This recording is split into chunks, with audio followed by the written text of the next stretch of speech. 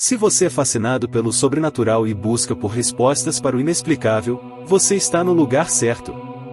Mas antes de mergulharmos nas profundezas do desconhecido, não se esqueça de se inscrever no canal e ativar o sininho de notificações para não perder nenhum dos nossos relatos assustadores. 10 lugares mais assombrados do Brasil. 1. Edifício Joelma, São Paulo.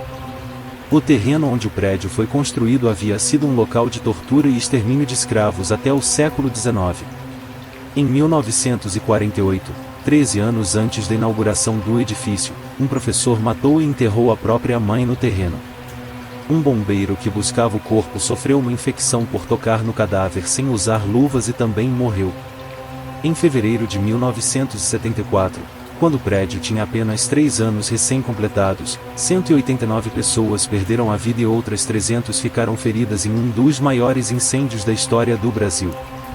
Desde então, muita gente jura que o local é mal assombrado e que de lá podem se ouvir gritos e aparições de almas penadas. 2. Casa das Sete Mortes, Salvador. Em um dos casarões mais antigos do Brasil, 7 pessoas foram assassinadas em 1735, dentre elas um padre. Desde então, multiplicaram-se relatos macabros de gritos, barulhos estranhos e névoas. A narrativa foi endossada pelos operários que trabalharam nas obras de reforma do local. Desde então, é muito raro alguém visitar o casarão no período noturno. Patrimônio cultural da cidade, ele recebe hoje cursos públicos de arte e música, mas que jamais ultrapassam as 5 horas da tarde. Dentre as ocorrências mais comuns está o bater sem explicação das portas do local. 3. Vivenda Santo Antônio, Recife. Tida como a cidade mais assombrada do Brasil, Recife aparece na lista graças ao casarão onde viveu o escritor brasileiro Gilberto Freire, de 1900 a 1987.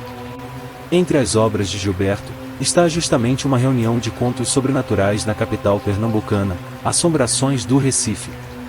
O casarão onde morava desde os anos 1930 havia sido uma senzala, daquelas parecidas com as retratadas em Casa Grande Senzala, seu livro mais famoso, ONI. No local onde essa senzala foi abrigada, Gilberto construiu uma piscina.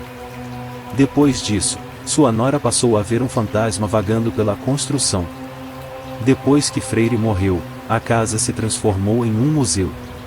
Alguns funcionários já relataram ter visto os fantasmas da mulher do escritor, além de fenômenos sobrenaturais como luzes piscando sozinhas e a presença de um ex-escravo sentado no quintal. Recife é considerada a cidade mais mal assombrada do país. 4. Castelinho da Rua Apa, São Paulo. Na década de 1930, em um casarão medieval construído na esquina da Rua Apa com a Avenida São João, um irmão sacou uma arma contra o outro durante uma briga pelo destino da herança deixada pelo pai. Sem querer, matou a mãe. Transtornado, matou o irmão e se matou.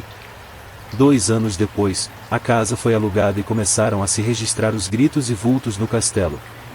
Uma equipe de um seriado internacional dedicado a estudar histórias mal assombradas identificou no local o que se chama de fenômeno eletrônico de voz, um tipo de som sobrenatural captado apenas por gravadores. 5. Ermida de Dom Bosco, Brasília. A capital federal também é palco de muitas histórias mal assombradas. A maioria delas envolve os candangos, como são chamados os habitantes de outros estados que se deslocaram para construir a cidade e trabalhar por lá nos seus primeiros anos. Assim, dizem, os candangos já falecidos costumam vagar por todos os cantos de Brasília, sobretudo à noite. No entanto, em um ponto específico da capital, o fantasma é outro, Dom Bosco, o sacerdote italiano que é o padroeiro dos brasilienses. Sua alma rodeia a ermida de Dom Bosco, uma pequena capela construída em 1962. 6. Penitenciária Industrial e Regional do Cariri, Juazeiro do Norte, Ceará. Em 2009, as câmeras de segurança da penitenciária começaram a registrar vultos estranhos e não identificados pelos corredores da cela onde estava preso o bancário Sérgio Rolim, condenado por assassinar algumas mulheres. As suspeitas de que essas mulheres passaram a vagar pelo presídio começaram a atormentar os demais detentos e até mesmo o comandante do presídio, que à época declarou que o local era de fato meio carregado espiritualmente. Depois de um tempo, as aparições cessaram e o dia a dia no presídio, onde existe grande ocorrência de cultos evangélicos e produção de artigos como joias e bolas de futebol, voltou ao normal. 7. Mina da Passagem, Mariana, Minas Gerais. Já algum tempo depois de encerrado o ciclo do ouro nas Minas Gerais, uma mina da cidade de Mariana, Minas Gerais, sofreu uma inundação subterrânea que matou 17 pessoas. Nos tempos áureos da corrida pelo ouro, essa havia sido uma das maiores minas do país. Depois desse terrível acidente, o local ficou cada vez menos pródigo para a atividade e foi desativado em 1954. Aberta para turistas, no entanto, logo passou a ser palco de relatos dos mais esquisitos, barulhos de correntes, badaladas de sinos e até mesmo o suposto vulto do que seria um capitão inglês que tomou conta da mina, que também morreu ali, estão entre as ocorrências relatadas por visitantes e funcionários. 8. Leprosário, São Francisco do Sul, Santa Catarina. No local onde funcionava um sanatório na cidade de São Francisco do Sul, Santa Catarina, hoje se destaca a bela Praia do Forte. As ruínas do leprosário, no entanto, permanecem ali, dividindo o espaço e a atenção dos turistas. Muitos deles, inclusive, relatam inexplicáveis sensações de mal-estar quando passam pelo local, além de fortes dores de cabeça. Em alguns casos, os relatos evoluem para a percepção de gritos de socorro, lamentações e imagens de almas penadas que se escondem em algumas das colunas. 9. Teatro Amazonas, Manaus. Com 105 anos de história, um dos teatros mais conhecidos do Brasil ficou famoso também por suas histórias mal-assombradas. Funcionários que trabalham no local relataram ao longo de todos esses anos várias ocorrências de vozes vindas dos camarins vazios. Além disso, alguns objetos simplesmente desapareciam e depois eram encontrados em locais diferentes e inexplicáveis.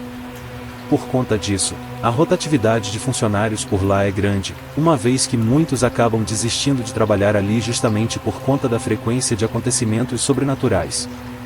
10. Mercado Modelo, Salvador. O Mercado Modelo é um dos principais pontos turísticos da capital baiana. Visitado por 80% dos turistas que passam pela cidade, também conta com relatos de funcionários que ouviram gritos e presenciaram almas penadas no porão onde se estocam as bebidas.